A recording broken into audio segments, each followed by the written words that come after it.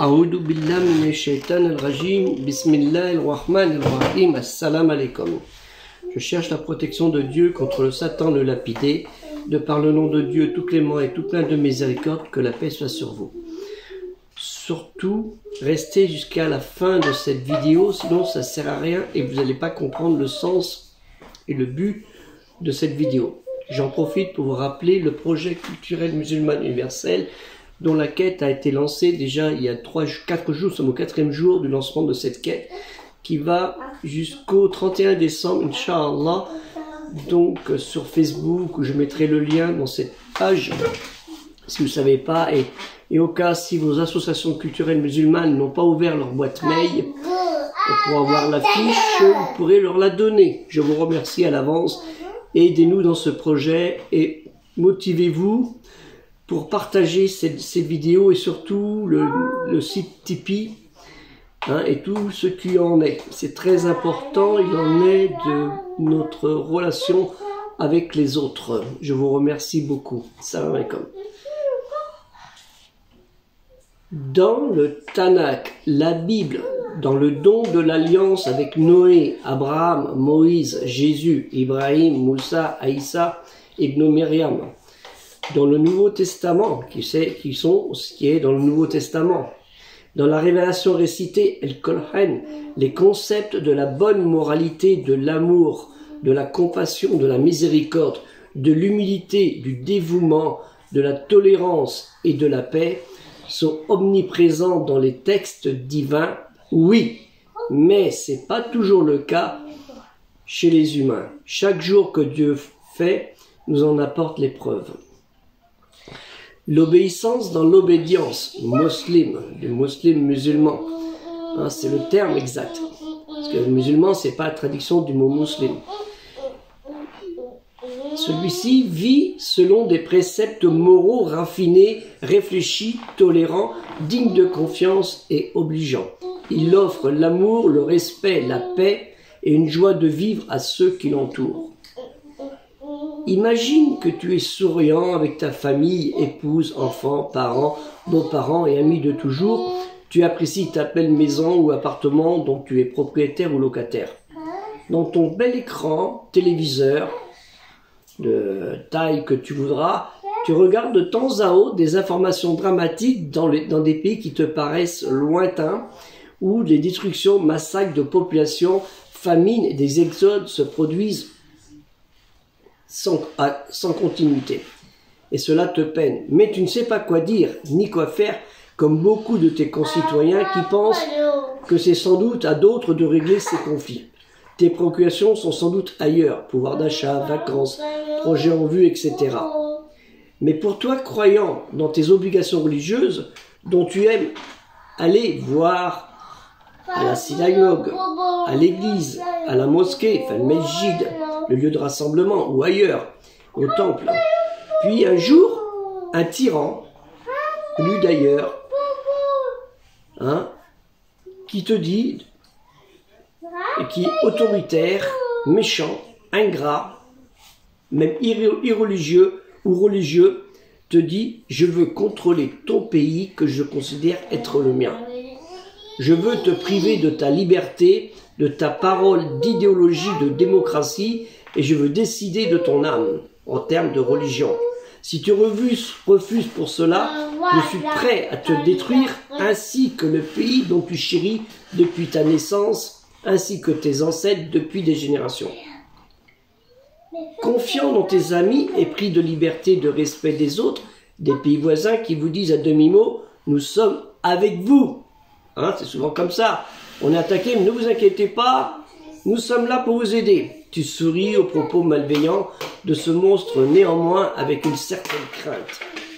Et le lendemain, il rentre avec son armée destructrice dans tout le pays, ton quartier, ta cité jadis, où le chant des oiseaux qui t'émerveillait devient remplacé par le son des canons. Il détruit ce que tu as le plus cher dans cette vie, ta famille, tes biens, ton entreprise, ton lieu de culte. Tu te trouves à la rue avec plus rien. Comme des centaines de milliers de personnes, tu erres sur les routes à fuir ce désastre et tu te sens seul dans ton exode sans fin. Et surtout, tu ne sais pas où aller. Les seuls mots qui te sort de ta bouche, oh mon Dieu, pourquoi? Oh mon Dieu, pourquoi? Oh mon Dieu, pourquoi? Hein, c'est ça qui va arriver. Eh bien, c'est ce qui se passe actuellement dans un pays que nous connaissons tous et que beaucoup de chérissent les trois religions. Et dans d'autres pays aussi. Il ne faut pas oublier. Écoute bien cette réponse de Dieu.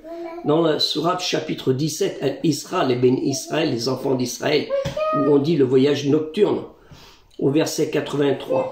Et quand nous comblons l'humain de bienfaits, il se détourne et se replie sur lui-même. Et quand un mal le touche, le voilà profondément désespéré.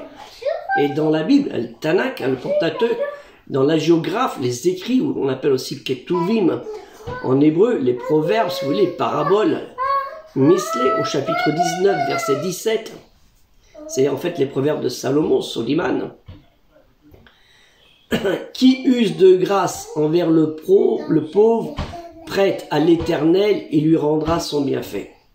Le bienfait, en fait, c'est Yeshalem, de la racine Shalama, du verbe Yashlim. Ça vous dit rien, ça? Yashlim, salam, shalom. Et voici ce que vous redit votre Créateur dans le chapitre sourate 2, Al-Baqarah, la vache, au verset 215.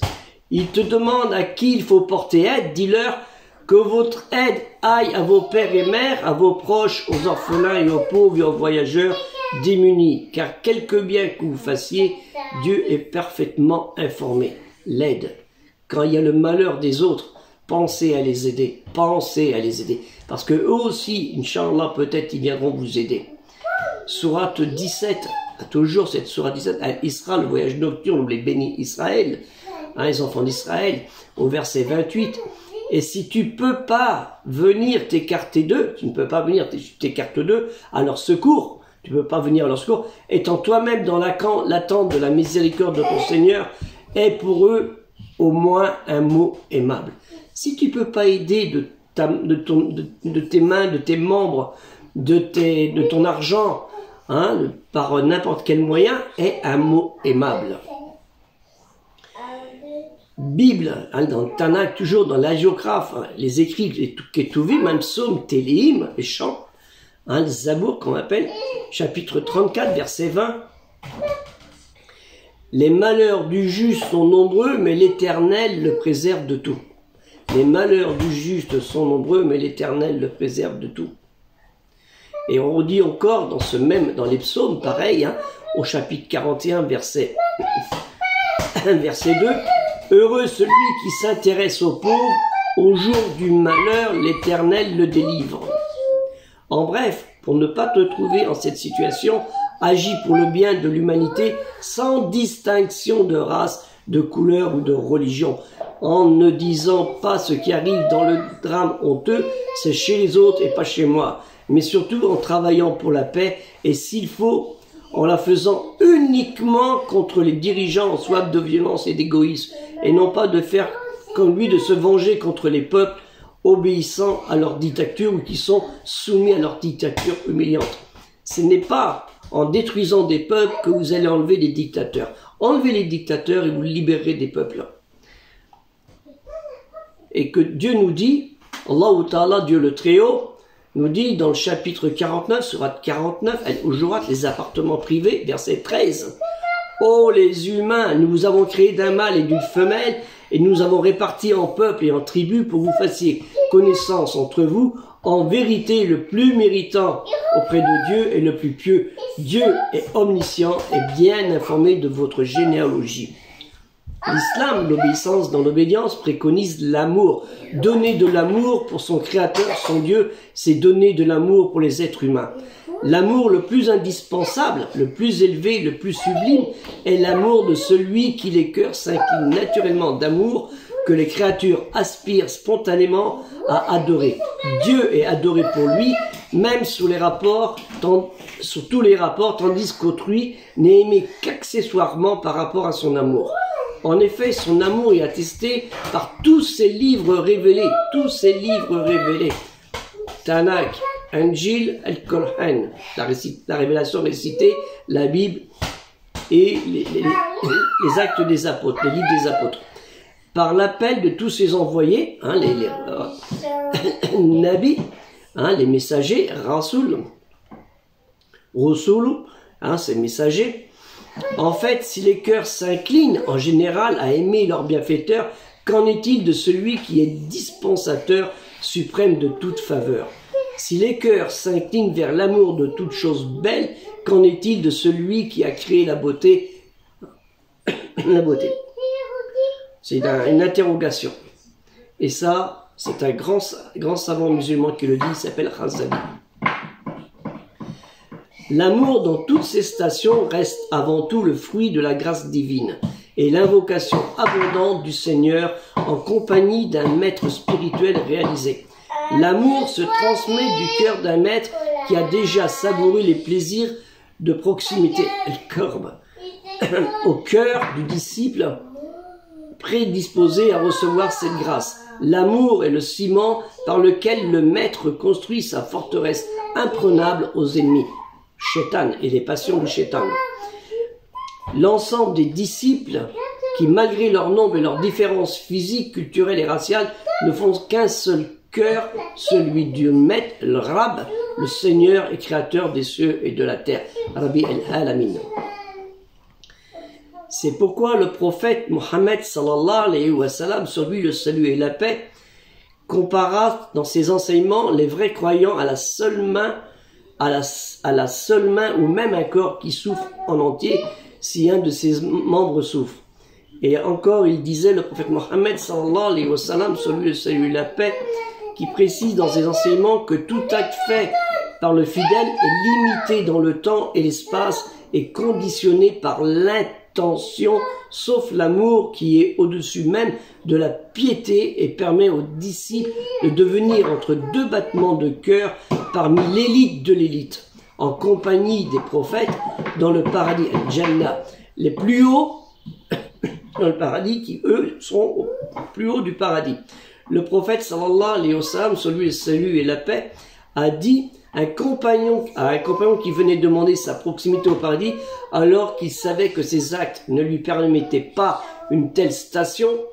Il lui dit: l'homme est avec celui qui l'aime. Autrement, si tu aimes, tu seras avec moi. Et les compagnons ont dit: on n'a jamais été plus heureux que lorsqu'on prit connaissance de ce hadith.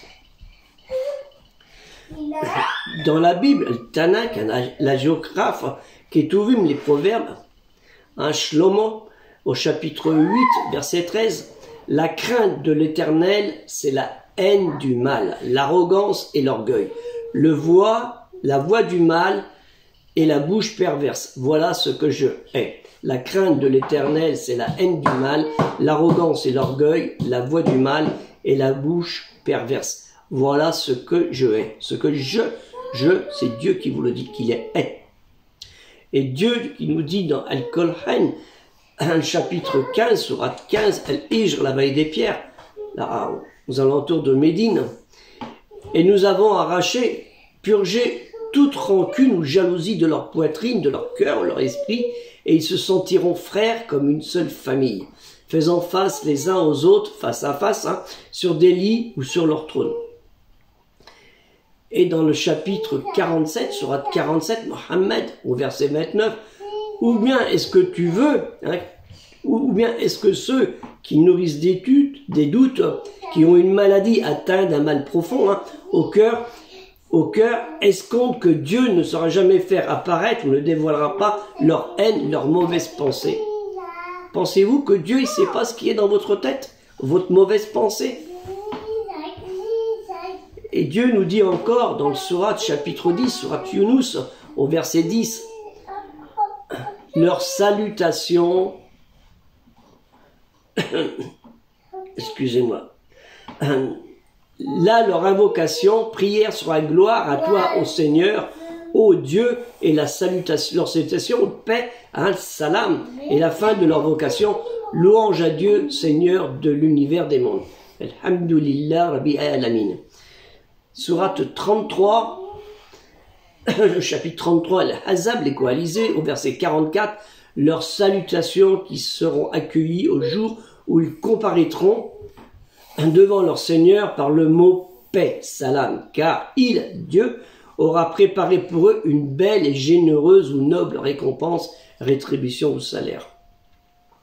En fait, cette vidéo était pour vous faire comprendre qu'il vaut mieux agir pour la paix que parcourir son cœur avec plein de haine pour prononcer la guerre dans toute la terre. Je vous remercie beaucoup de cette vidéo. À la prochaine, si Dieu le veut, Inch'Allah. Et pensez à aider le projet culturel musulman universel qui a tant besoin pour pouvoir acheter tous ces livres que vous voyez derrière et tous ceux que vous ne voyez pas. Il y en a près de 600 pour pouvoir travailler sur tous ces sujets. Et je vous remercie beaucoup. Que la paix soit sur vous. Assalamu alaikum.